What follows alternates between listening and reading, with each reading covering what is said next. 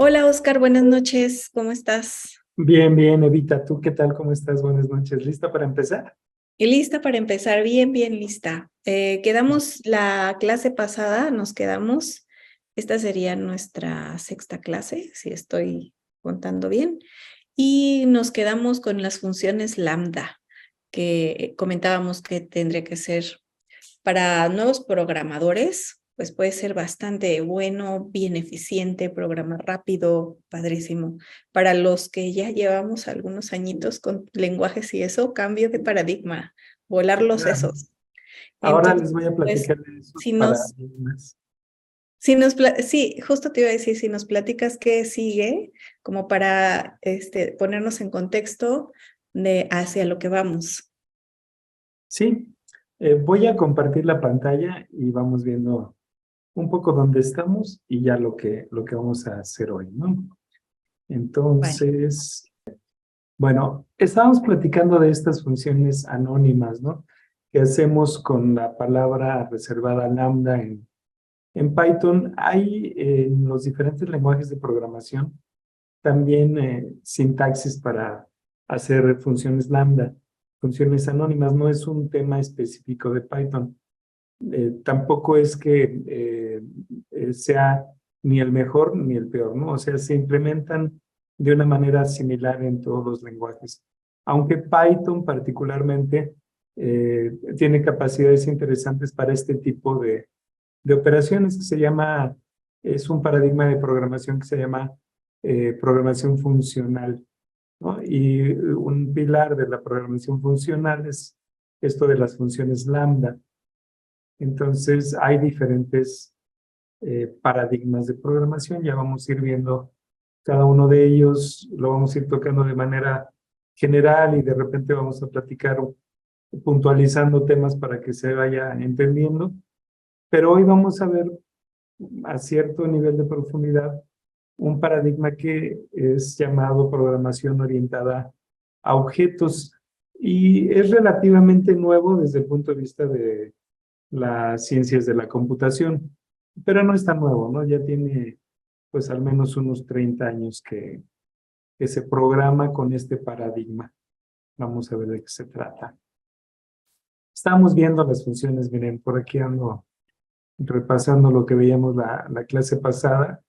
Me acuerdo que les enseñaba una función definida sencilla, luego la convertimos en función lambda.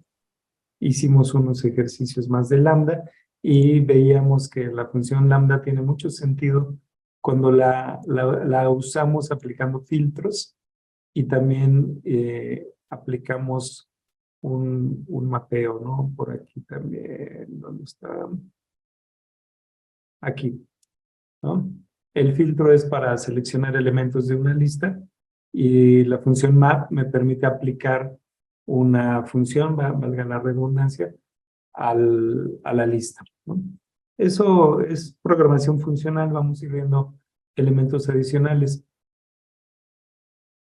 Tenemos también aquí el list comprehension, que si ven, aplicamos también una fórmula, una expresión, una función a una variable y el resultado lo asignamos a una lista. Entonces vamos creando listas generando resultados de funciones en, en un rango de una variable, ¿no? Que puede ser el tiempo, ¿no? Funciones en el tiempo, en la frecuencia. Estas son funciones matemáticas que, si bien aquí hice una muy sencilla exponencial, pueden ser funciones matemáticas complejas de una o de n variables. Entonces, por ejemplo, para cálculos vectoriales o para cálculos de álgebra lineal funcionan muy bien. No sé si se empieza a ver la potencialidad, Evita. Sí, claro que sí, desde la clase pasada. Esto fue lo que ya, con lo que terminamos la clase A- pasada, Aquí ¿cierto? terminamos la clase pasada, hicimos este Sí. ejemplo de comprehensión o de comprensión de listas. Que me acuerdo, Oscar, que ese X asterisco asterisco 2 creo que lo estábamos empleando mal para el cuadrado, ¿cierto? Sí, de hecho, debería de ser así, ¿no? X al Ujú. cuadrado. O si lo simplifique. Bueno, no, de hecho es x por 2. Sí estaba bien así, pero Ah, podemos hacerlo así, ¿no? X por X, ¿no? ujú. Tan simple como eso. Mm, Y pues ya. Ahora vamos a ver otro paradigma de programación. Les decía, el de la programación orientada a objetos. En inglés es Object Oriented Programming. Y esto es OOP, así lo van a encontrar. Y en español, programación orientada a objetos, y las siglas van a ser POO. Así, de una o de otra manera lo pueden encontrar. Les decía que hay diferentes paradigmas en la programación. Lo que normalmente, lo que usamos es una programación eh, imperativa. Miren, aquí tengo un detalle que acabo de ver. Le falta ponerle la sintaxis para que me formatee este texto. Ya. Así es. En otra clase les voy a explicar toda la sintaxis de los Markdown. Ahora lo hemos ido viendo poco a poquito y les estoy compartiendo Jupyter Notebook, entonces lo pueden ir viendo con los ejemplos. Pero si ven, no estaba en el bullet de programación imperativa, ya lo metí. Ya después revisan cómo poner el bullet y cómo poner las negritas. La Esta, programación, ajá. esta parte, independientemente de que la veamos y la estudiemos en una clase adicional, Oscar, también la podemos encontrar en la documentación de Python, en python.org. Sí, específicamente en la parte donde hablen de Jupyter Notebooks, eh, en realidad esta parte no es Python, ¿no? Es más del IDE, de la interfaz para programación, que nos ayuda con estas celdas que pueden ser código, pueden ser Markdown o estas row. Las que yo estoy usando para el curso es código y Markdown, que nos van a ayudar a documentar el código. Particularmente Python es lo que vamos a encontrar en las de código. Y la documentación de Python incluye todo lo que podemos hacer ahí en esas de código. Pero debe de haber una documentación, si quieren después la busco y la compartimos, específicamente de los Jupyter Notebooks, que es esta interfaz para poder programar con estas libretas, ¿no? Que nos permiten tener este tipo de celdas. De acuerdo. No queda tanto como una programación muy profesional, porque al final algo profesional debería tener una interfase de usuario, una interfase gráfica donde interactuemos, pero para fines didácticos es increíble. A mí me gusta mucho, ¿no? Para enseñar, para aprender, para probar, para practicar, ¿no? Ya que lo tienes muy Incluso, organizado. Ajá. incluso nosotros ahora que lo estamos utilizando para resolver ya temas de ciencia de datos, pues es un excelente cuaderno de trabajo, Es ¿no? correcto, se ocupa muchísimo en ciencia de datos y en inteligencia artificial, pero muchísimo, muchísimo. Aunque después hay un proceso de deploy, ¿no? De despliegue de la aplicación para ponerla en productivo, ¿no? Eso también Claro. hay que considerarlo. Bueno, entonces hablábamos de los diferentes paradigmas. Cuando programamos, así como les voy a mostrar acá, ¿no? Hay una instrucción, luego viene otra instrucción, luego viene otra instrucción, luego viene otra instrucción. En esa secuencia se dice que nuestra programación es imperativa. Es el paradigma natural de cualquier lenguaje de programación de alto nivel y particularmente también de Python. Y se ejecuta una serie de instrucciones secuenciales para modificar el estado de la programación. Se utilizan estructuras de control para que no sea tan así secuencial, sino que con el for que ya veíamos, con el if, podemos controlar el flujo de ejecución. Y esa programación es la típica en todos los lenguajes de programación. Luego hay otros paradigmas, ¿no? Por ejemplo, orientado a objetos que vamos a ver hoy, pero no me detengo porque lo voy a explicar mejor más adelante. Platiquemos de la funcional. Esta programación funcional es de lenguajes de programación tipo Python, ¿no? También lenguajes como R, que se ocupan mucho para ciencia de datos, para inteligencia artificial y para otro tipo de disciplinas, y que nos permiten programar con funciones. Funciones que se evalúan matemáticamente pueden ser funciones puras y que evitan el cambio de estado en la programación. Se concentra la lógica a nivel de la función y eso nos permite pues tener mucha expresividad en el manejo de matemáticas o de cuestiones científicas, ¿no? Se ocupan las funciones lambda, ¿no? Técnicas como esa que veíamos del mapeo. Vamos a ver que en un solo renglón podemos hacer muchas cosas, ¿no? Pensando en la función. Las funciones pueden ser complejas, ¿no? Entonces, en una programación imperativa, tendríamos que poner muchas líneas y fors, ifs, para lograr a veces la funcionalidad que nos da solo una línea de programación funcional. Pero cambia el paradigma porque tenemos que pensar, por eso son paradigmas, porque ahora nuestro pensamiento tiene que estar en función de las funciones matemáticas, ¿no? No tanto de la descripción de la lógica a través de dar instrucción por instrucción, por instrucción, por instrucción, ¿no? Ese es el cambio de paradigma en lo funcional contra lo imperativo. Hay una programación estructurada que es una programación, digamos, más viejita, ¿no? Que organiza la lógica del código en funciones, bloques de código, saltos, evita saltar de manera no controlada, etcétera. Entonces haces que tu código sea modular y legible.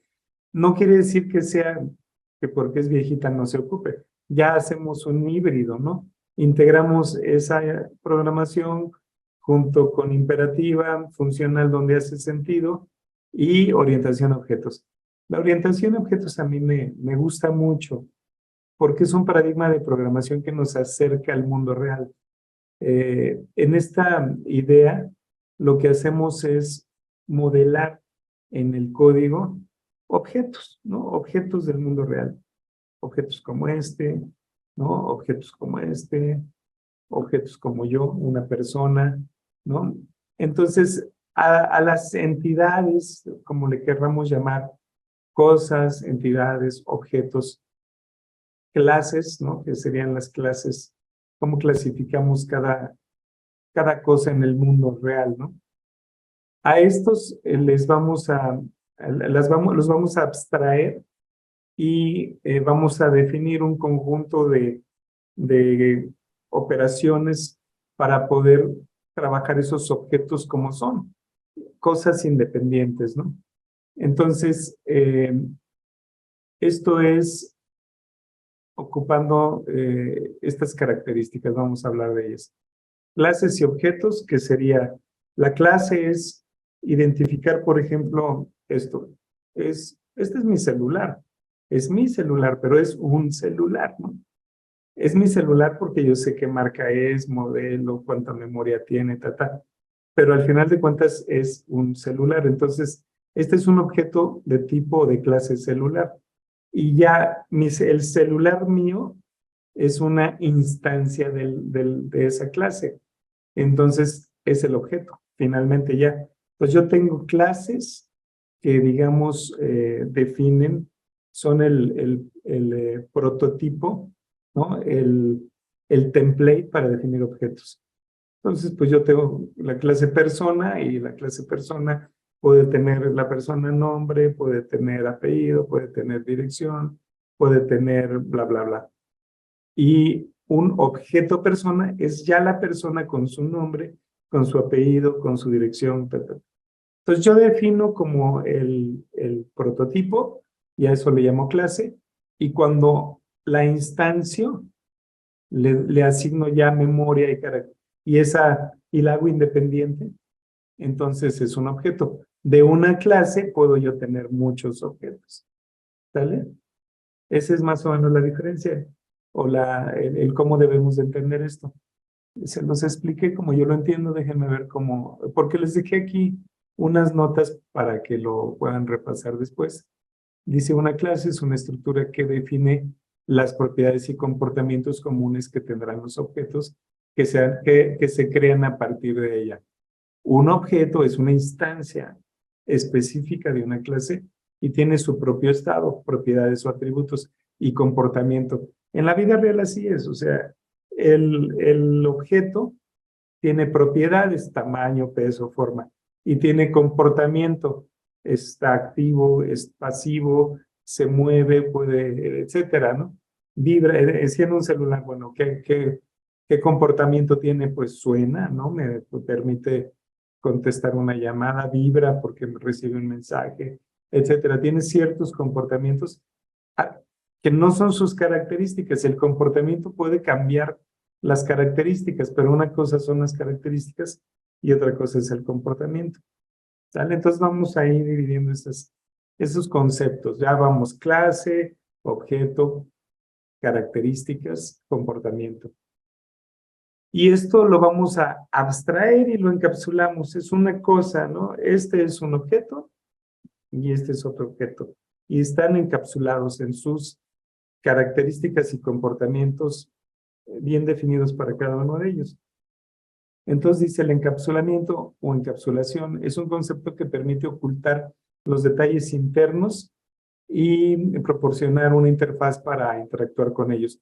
Las características del objeto, el que sea, no puedo yo accesar a ellas o llegar a ellas si no es a través de sus mismos métodos o comportamiento. El comportamiento lo modelo con métodos, con funciones como las que ya aprendieron, por eso ya estamos en el punto de ya aprender esto, porque todo lo que aprendimos en las clases pasadas ya nos va a servir para que el entendimiento de estos paradigmas sea mucho más rápido. Entonces, el comportamiento del objeto lo modelo con funciones. Y en este caso, cuando hablamos de objetos o de programación orientada a objetos, esas funciones se llaman métodos. La clase, pues es clase, ¿no? Y el objeto también es objeto, eso no cambia el nombre, pero la función, el comportamiento, método, y las propiedades o atributos son las variables que hemos visto que se definen. Entonces defino una serie de variables, esas son sus propiedades, atributos, características, ¿no? Como le querramos llamar, y el comportamiento, métodos. Encapsulamos eso, no podemos llegar a ello por fuera, tenemos que llegar a ello por los mismos métodos del objeto. Por ejemplo, un objeto, figura geométrica, que rota. Para que rote yo tengo que cambiar sus variables de ubicación, posición, ¿no? Los puntos, cómo está ubicada en el espacio. Y esas son sus características. Para modificar sus características lo tengo que hacer a través de un método propio del mismo objeto, que será rotar. No puedo externamente modificar esas características y hacer que rote. Tiene que ser a través de su mismo comportamiento, porque es un objeto atómico, ¿no? Y luego los objetos tienen herencia, ¿no? Yo puedo tener el objeto persona, ¿no? Que tiene ciertas características y comportamiento, el objeto alumno, que es una persona, pero que además tiene otras características y comportamiento adicional al de la persona. Entonces el alumno hereda lo de persona y lo extiende para tener más comportamiento. Profesor, ¿no? También es persona. Enfermera también es persona, etcétera. Entonces yo puedo generar jerarquías de clases que van heredándose los comportamientos, ¿no? Polimorfismo, si yo tengo un objeto animal, y defino su método comer, y de ese objeto animal en herencia tengo el gato, y tengo el perro, y tengo al águila, el método comer cambia. Cada uno come de una manera diferente.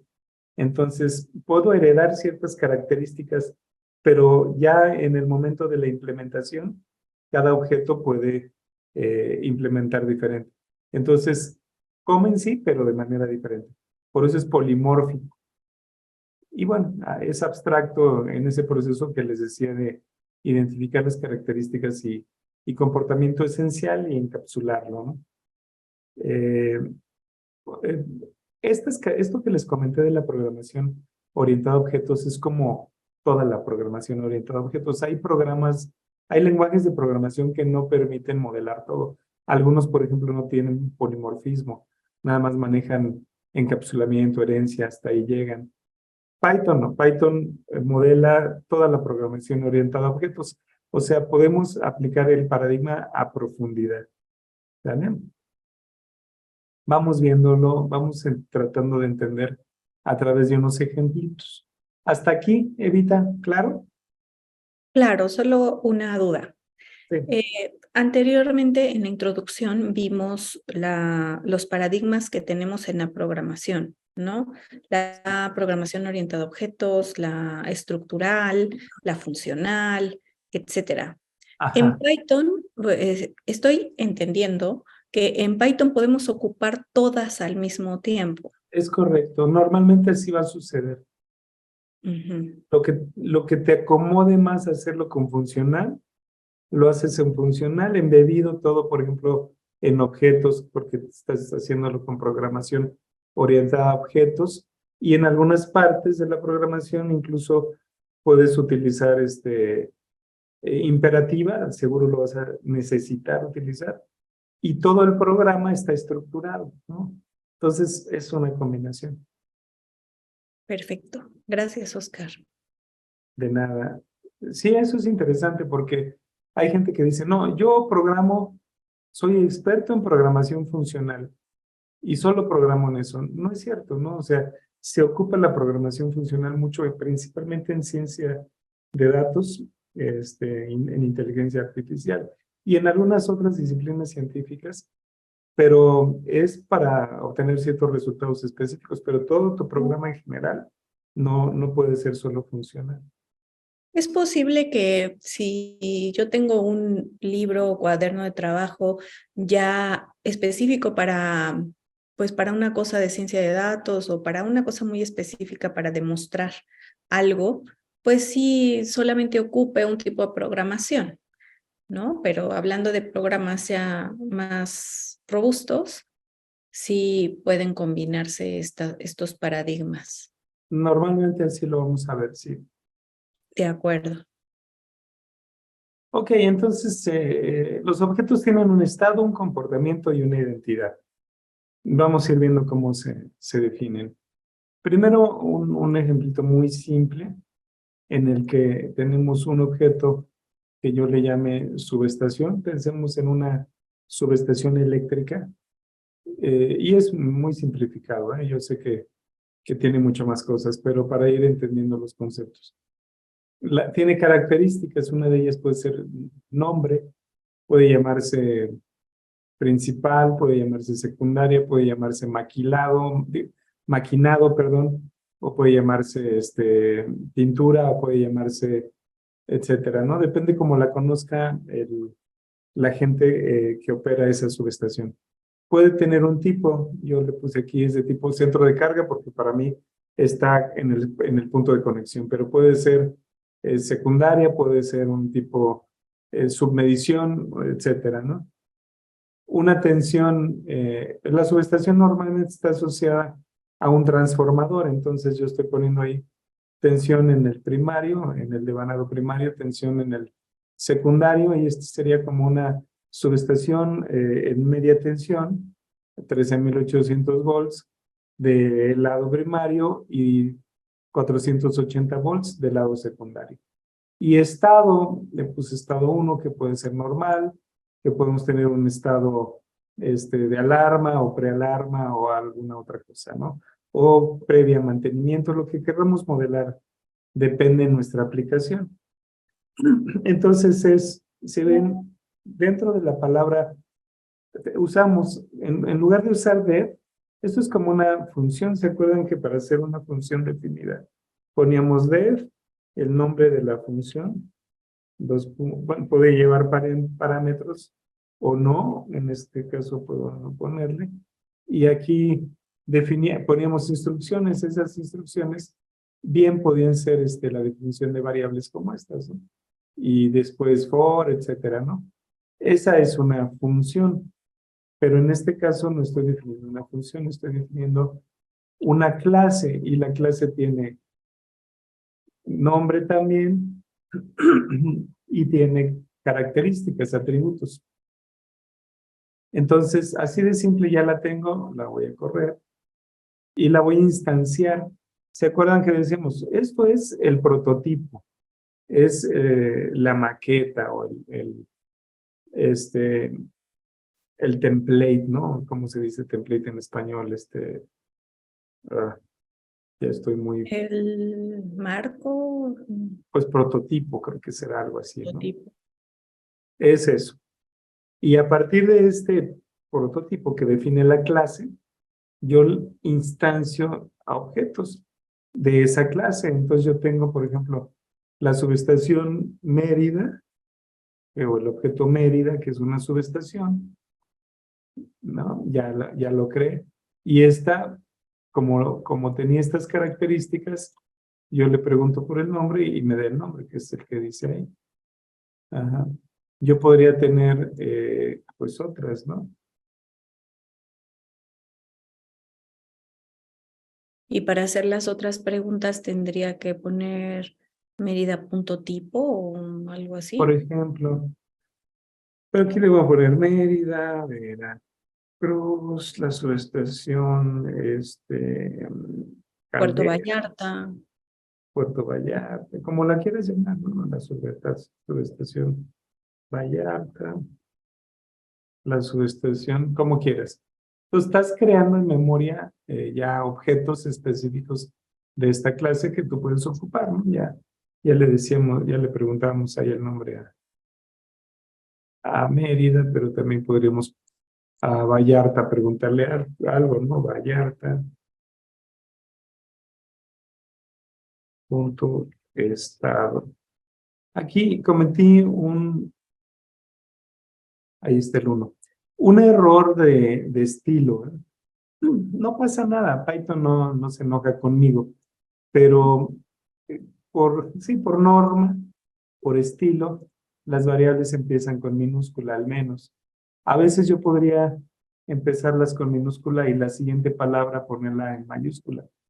Eso se llama camel case o camel no sé qué. Hay diferentes estilos, pero ya como muy usados.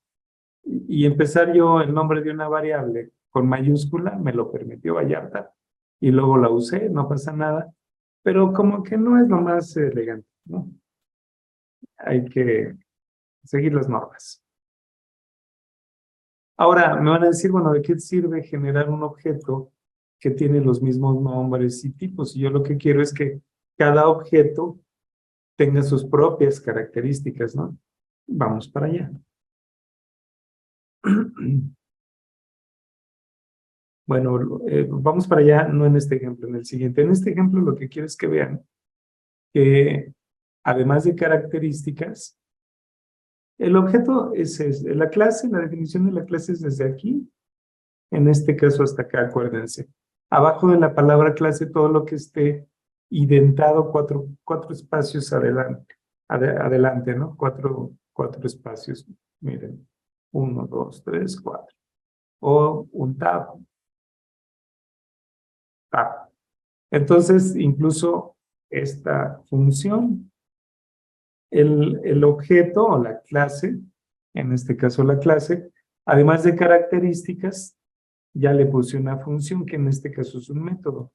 Y lo que va a hacer es me va a dar la identidad de la subestación. O sea, yo lo que quiero es que escriba en la pantalla el nombre y el tipo. Si fuera una persona, pues a lo mejor pone el nombre y el apellido. Y ya es la identidad. Cuando le paso parámetros a una función, tengo que empezar con el parámetro self a fuerza. Esa es como una norma. Y luego la lista de parámetros que yo voy a usar. En este caso, en esta función, no estoy usando ningún parámetro, pero sí tengo que utilizar al menos el parámetro self, que hace referencia a sí misma, ¿no? Para que sepa que yo voy a trabajar con las características de la misma clase, ¿no? le paso self y ya ocupo las características de la clase, ¿no? Por eso uso self como si estuviera pasándole la clase, ¿no? Self es pues, ella misma, ¿no? Entonces, así es la sintaxis. Y ya de esta manera defino una clase, la volví a instanciar y ahora corro el método identidad y me va a ejecutar esto que dice ahí, ¿no? ¿Vale? ¿Hasta ahí vamos bien, Evita? Sí, vamos bien, creo que sí. Entonces, con los métodos, modelo comportamiento. Un automóvil, ¿no? Está en marcha, ¿no? Está detenido, está lo que sea, lo tendría que modelar con los métodos. Y las características, pues son la descripción y el estado, ¿eh? Fíjense, es interesante porque no nada más es la descripción, es el cambio de estado del objeto. El objeto puede pasar por diferentes estados y los estados los vamos a ir modelando en las características. En todos los lenguajes de programación Disculpa, decente. Oscar. Ajá, perdón. Aquí una confirmación. Entonces, habíamos visto que estamos definiendo la clase, que es como el prototipo, en donde tenemos class subestación, identado y con sus atributos. Ya tengo la clase. Y esta clase, efectivamente, lo que decíamos, tiene métodos, ¿no? Que este método lo estamos definiendo aquí con def, identidad, self, ¿cierto? Sí, como si fuera una función Como definida. si fuera una función, pero este es el método de la clase Ajá, y puede tener varios. y puede tener varios. ¿Me podrías dar un ejemplo de algún otro en este? Y todavía nos falta algo para la definición de este objeto, ¿cierto? Porque aquí ya definimos sus atributos, su método y ¿era alguna otra cosa, Oscar? ¿O era todo? Es todo en general, digamos lo general, pero ahí sí nos falta todavía algunos conceptos importantes para ya completar el concepto de clase que vienen más abajo. Pero sí, desde el punto de vista general, sí, ya tenemos los atributos y tenemos los métodos que nos dan el comportamiento. Y todo esto está encapsulado en la clase. Mira, vamos a hacer un ejemplo De de acuerdo. otro método, Y ¿no? este encapsulamiento se da con la sintaxis propia del Sí, con lenguaje. esta sintaxis que estamos llevando a cabo. Sí, Mira, en un momento determinado, yo como parte del estado, ¿no? Estas son características generales las de arriba, pero como parte del estado de la subestación, yo tengo voltaje, ¿no? Instantáneo. Lo que leo, lo que estaría leyendo el medidor en un momento determinado. Vamos a pensar que en este momento fuera de 220, 200, no, de 450 volts, por ejemplo. Y tengo también una corriente, también, y tuviésemos una corriente de 200 amperes. Y yo tengo también aquí potencia, la potencia real. Y yo tengo, pues ahí, no sé, le voy a poner un cero, no sé cuál es la potencia. Quiero calcular la potencia, entonces eh, lo que haría es potencia, vamos a poner aquí calcula potencia, cálculo potencia.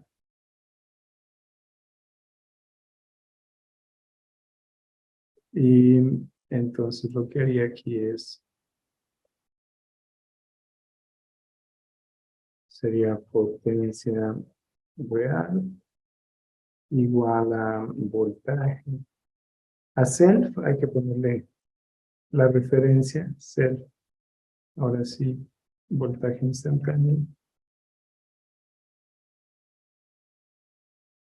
por self punto corriente instantánea. Y no sé si le puse bien, como que no. Sí, sí está bien. Ya lo vamos a... Bueno, aquí miren, el Faltan error fue, dos puntos. faltaron los dos puntitos. Ahora yo le podría preguntar aquí, medida, punto, potencia real. Y, y me mandó un error.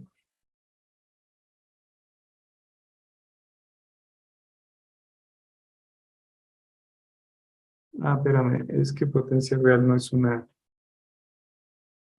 una función, es una variable, es una característica. Ahí está.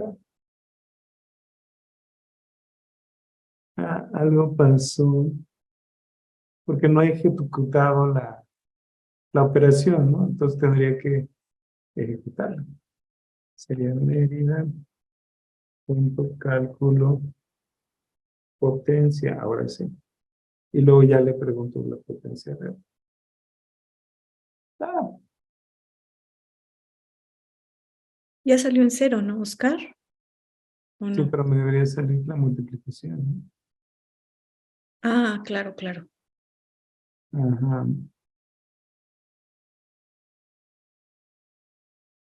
Mm,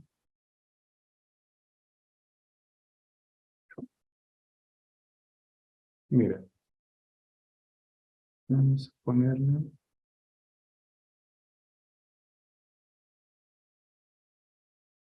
Voy a poner la identidad acá abajo.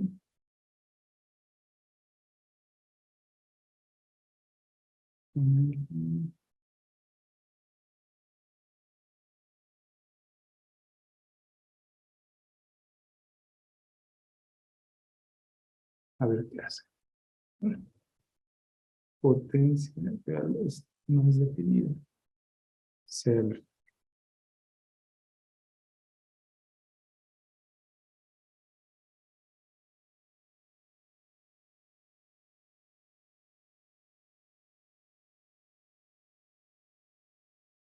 Me lo deja aquí como constante. Ujú. Mm, mm, mm. No tendríamos que poner la potencia real.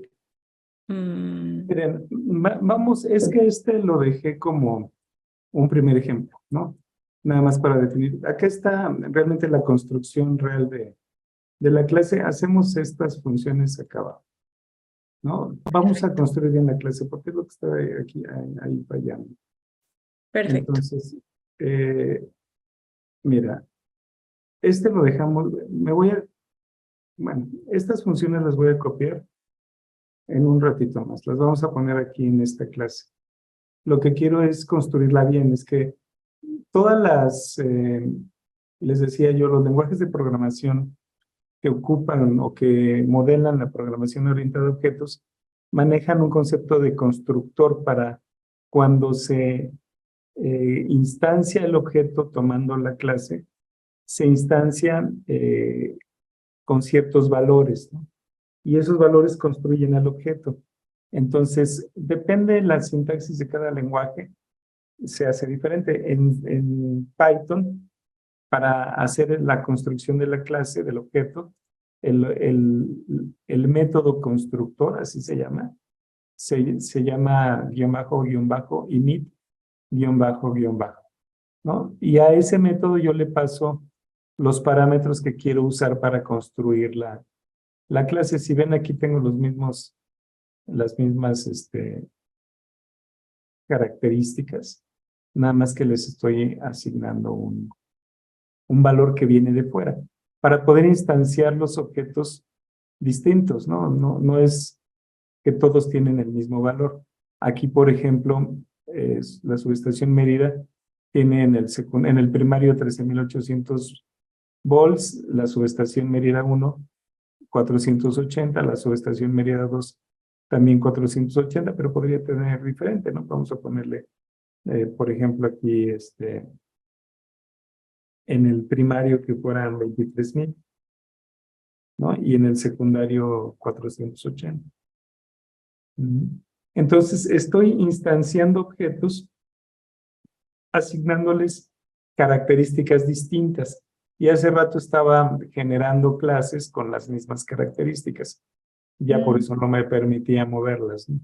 Claro. Entonces, vamos a hacer el ejemplo con esto. Entonces, por ejemplo, lo que podríamos hacer es cambiarle el estado y checamos. Primero, lo que quiero es que se entienda esta sintaxis, ¿no? Def, init, con estas rayitas, me va a permitir crear el objeto instanciándolo con información que viene de fuera, ¿vale? Entonces, lo creamos y le pregunté por identidad, ¿no? Ahora sí, vamos a tratar de hacer lo que estábamos haciendo. Vamos a generar, ya tengo la variable estado, vamos a def, hacer un método, cambio estado, suponiendo que el estado fuera, si la subestación está operativa o está en mantenimiento, por ejemplo, ¿no? Entonces, vamos a decir ser,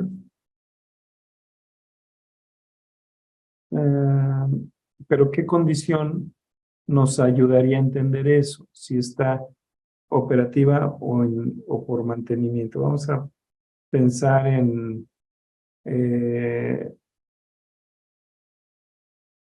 Que estos valores estén en cero o algo así, Oscar. sí, quiero como, mira, al final el estado aquí lo tendríamos que cambiar. Set punto estado sería algo así como si, if. No le voy a pasar el estado, le voy a pasar, por ejemplo, una fecha, ¿no? O una bandera, ¿no? Alguien está diciéndome, cambia el estado, ¿no? Entonces le vamos a poner aquí, cambio estado.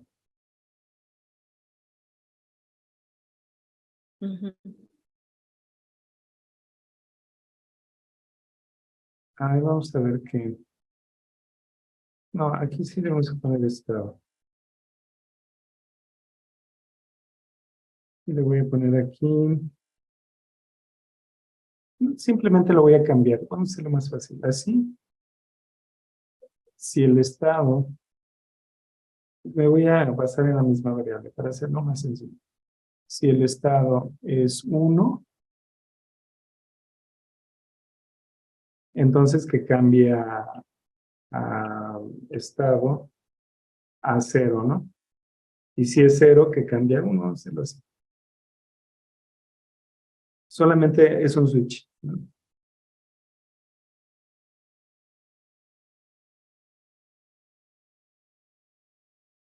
No tendría que ser igual, igual. ¿Mande? Aquí tendría que ir abajo. Igual, igual a cero. No, igual es para comparar. De acuerdo. Igual es para asignar, ¿no? Si es igual a 1, hazlo 0, ¿no? De acuerdo. De lo contrario, y aquí también en el else lleva 2 puntitos.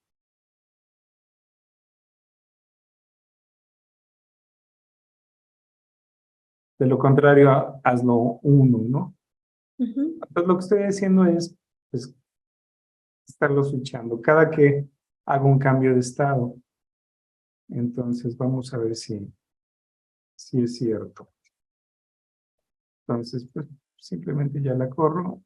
Me manda un error porque me está faltando Dos puntos, a mí se me olvidan esos dos puntos porque yo aprendí a programar en lenguajes que no llevaban dos puntos al final de esas definiciones, ¿no?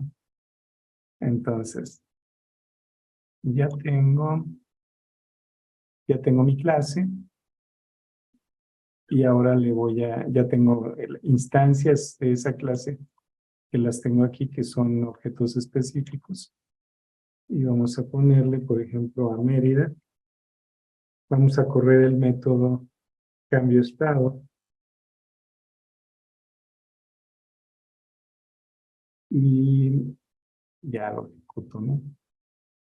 Pero para ver realmente qué pasó, vamos a ver qué hace con Mérida punto estado.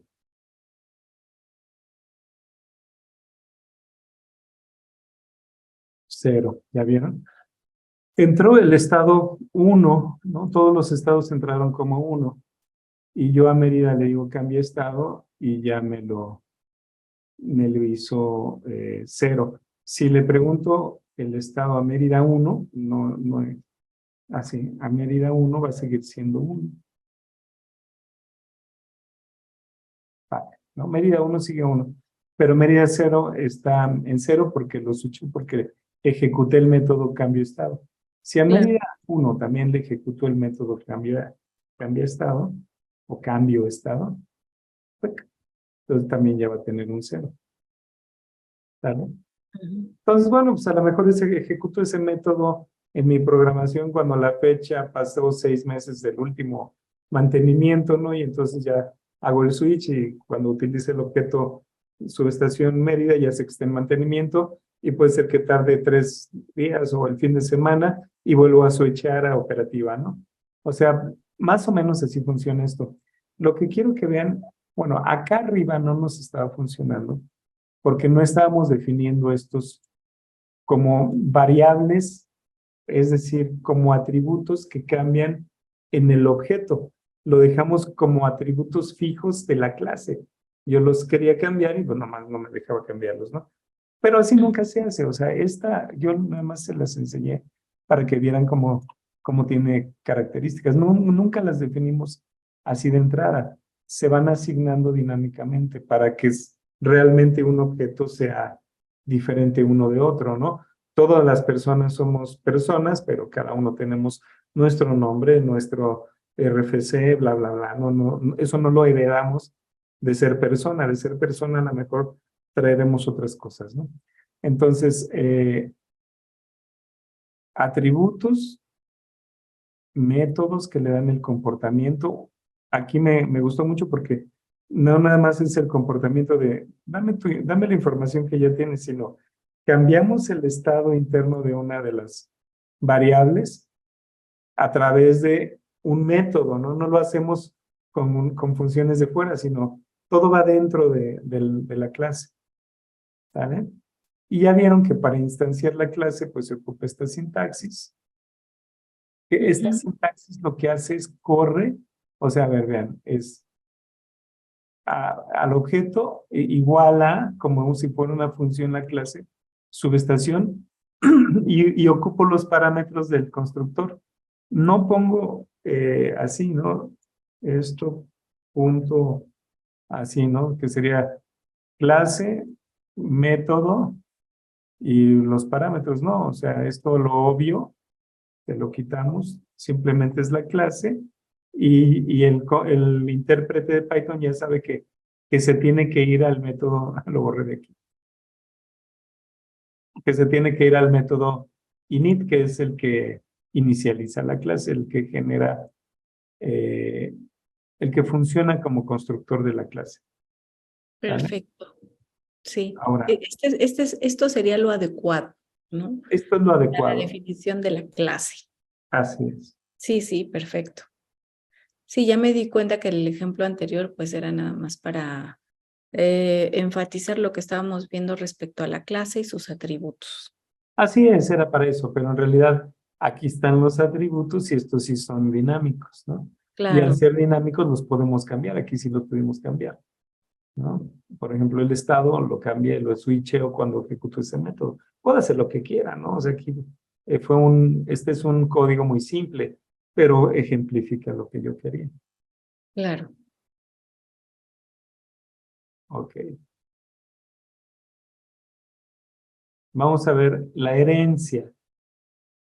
Y para eso voy a tomar el ejemplo clásico de la clase persona, de la clase alumno y de la clase profesor.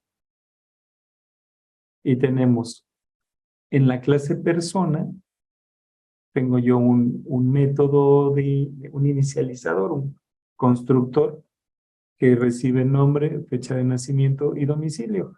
Y ya se imaginarán que tengo como atributos, como características de la persona, nombre, fecha de nacimiento y domicilio. Entonces, una persona tiene nombre, tiene fecha de nacimiento y domicilio mínimo, ¿no? Puede tener más cosas, pero para nuestro ejemplo, esa es una persona, un objeto, una cosa que tiene nombre, fecha de nacimiento y domicilio. Y yo puedo cambiar su domicilio, ¿no? Entonces, el método para hacer el cambio de domicilio es como una función definida que tiene como primer parámetro self para referirme a las características de la misma clase. Entonces, self, domicilio, y va a ser igual a nuevo domicilio. Entonces, cuando yo corro el método por fuera, ¿no? Que le pongo persona.cambio domicilio y le pongo nuevo domicilio, ese nuevo domicilio sustituye al anterior. Hice un cambio de domicilio y lo mete ya en el atributo domicilio. ¿Sale? Así de simple. Todas las personas, a todas les puedo hacer un cambio de domicilio. Tengo eh, otra clase, voy a definir otra clase, en este caso es alumno. Si ven, cuando definí la clase persona no le puse nada. Las clases no llevan parámetros o no llevan una lista ahí de parámetros. Esos en todo caso van aquí en el constructor.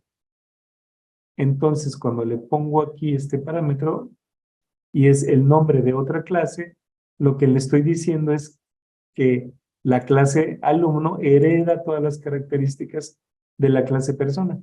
Todo lo que yo definí aquí arriba lo hereda, ¿no? Entonces, ya no le voy a poner que tiene nombre, fecha de nacimiento y domicilio, ya las tiene porque heredó de persona, o sea, es persona. Entonces yo podría poner alumno.nombre o alumno.fecha de nacimiento porque es persona. Pero además tiene otras características. Entonces, cuando lo inicio, pues lo inicio con las de persona, porque también le tengo que dar nombre, fecha de nacimiento y domicilio. Y además tiene sus propias características de inicio. Y le voy a dar asignatura matriculada, ¿no? Esta es una característica propia de alumno. No todas las personas son alumnos, por eso no se lo puedo poner desde arriba. Pero todos los alumnos sí son personas, por eso heredo lo de arriba, ¿no? Entonces, persona init, aquí es el método del constructor cuando corro, cuando defino el constructor de alumno, lo primero que hago es ejecuto el constructor de persona y ya con eso me aseguro que todo lo que había en este código se ejecute. Entonces ya inicialicé a alumno como persona, pero además le sigo, ¿no? El método constructor, además de que ejecuta la construcción de persona, ejecuta la construcción adicional de los atributos nuevos de los de alumno. Entonces asigna asignatura matriculada a asignatura matriculada ya de alumno, ¿no? Y calificación, ahorita no le di ningún valor de fuera en el constructor, se la voy a poner como non, como nula, o un valor que todavía no defino, ¿no? Indefinido. Eventualmente, con algún método después, le voy a dar la calificación, que aquí está. Método calificar, que recibe una calificación y se le va a asignar a calificación. Pero no, eso no va a suceder en el constructor, va a suceder momentos después, ¿no? Cuando construyo al alumno todavía no tiene calificaciones, tiene que cursar materias, ¿no? Ya que las cursa, les doy calificaciones. ¿Ven cómo va esa lógica de ir modelando el mundo real en los objetos? Bien interesante, ¿no? ¿Cómo ves, Evita? Súper interesante, súper interesante. Y sí se ve la esencia de la programación orientada a objetos, pues evidentemente aquí está, ¿no? Cómo se definen las clases, los objetos, los métodos. Pero está muy, muy bonito, pues esta asignación de variables que ya estamos aprendiendo en Python, ¿no? Muy automatizada, que también ya se integra a este paradigma de orientación, de programación orientada a objetos. Está muy bonito, Oscar. Te informo que nos quedan 5 minutos de clase. No sé qué Bueno, nos falta o no, quisieras... yo creo que los ocupamos muy bien y planteo lo que viene, ¿no? Perfecto, adelante. Entonces, clase persona, clase alumno, clase profesor, pues muy similar, ¿no? El profesor es una persona, defino su constructor tomando primero la construcción del método persona, de la clase persona, perdón.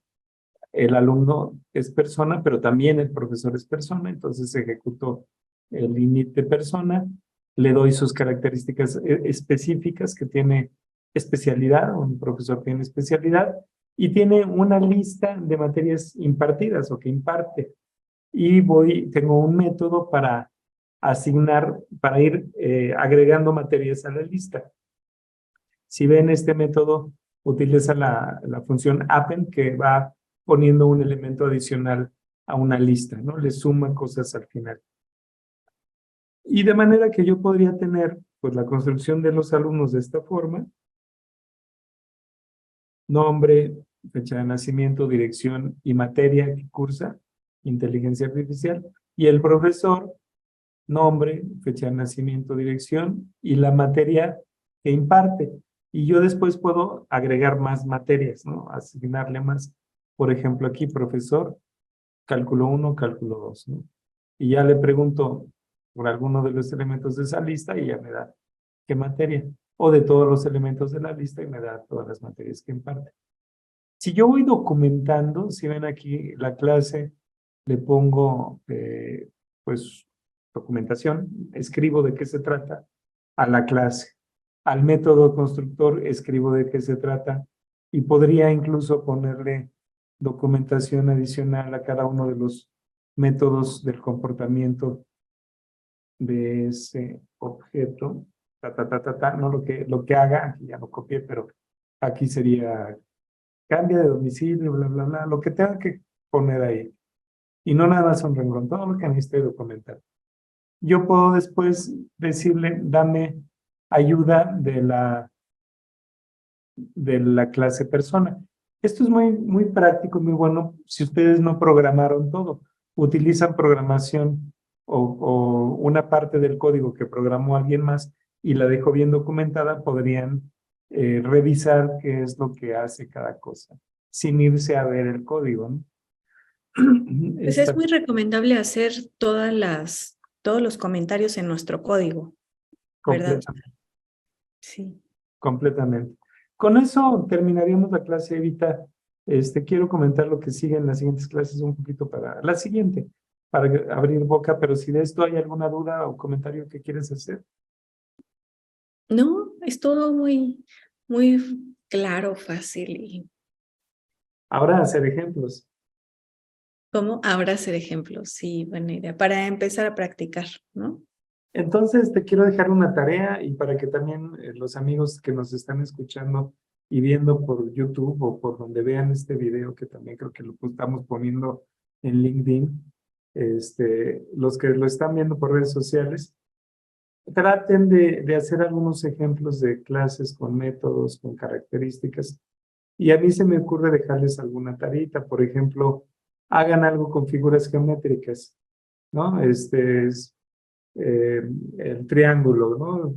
O figura, y de figura tienes hijos, triángulo, cuadrado, y tienen métodos desde figura, puedes tener calcular área, calcular perímetro, y ya en la herencia, pues te traes lo que es común, pero le agregas a los objetos específicos y entonces modelas la parte de generar una clase base y luego sus hijos y después agregarle métodos específicos a cada hijo para hacer esto que llamábamos, que no se notó mucho en el ejemplo de hasta ahorita, pero lo pueden ejercitar, el polimorfismo, que hagas un método de cálculo de volumen o de área diferente, ¿no? Que varíe para cada figura, por ejemplo, ¿no? Empezar a hacer esos ejercicios.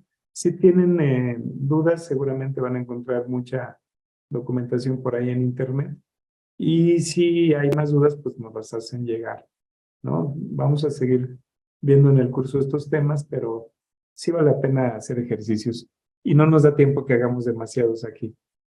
Y De otra cosa que vamos a ver más adelante es el uso de funciones ya con algoritmos más específicos. Los algoritmos es, por ejemplo, esto, ¿no? Que quiero calcular el factorial de un número. Entonces, pues yo esto lo estoy haciendo con recursividad.